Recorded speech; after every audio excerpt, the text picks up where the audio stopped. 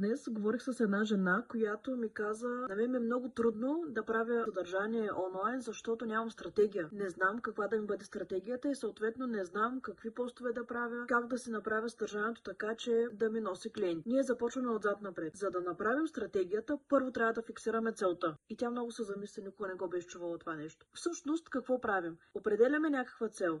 Целта, както вече знаете, ясна, конкретна, измерима за един месец напред. Обикновено е определен брой клиенти или определена сума оборот. След като вече има фиксирана цел, е много лесно да направим плана за постигането й. На тази жена аз си казах задължително всеки ден да прави постове за това, което иска да продава. Постове всеки ден е абсолютният минимум от към съдържание, когато искате да продавате нещо. И тя беше много изненадана. Каза: как всеки ден? Не е ли един път седмично? И аз вече бях шокирана. Не е един път седмично. Имам едно много интересно видео, в което обяснявам какво още имаме да правим всеки ден. Ако го искате, само кажете.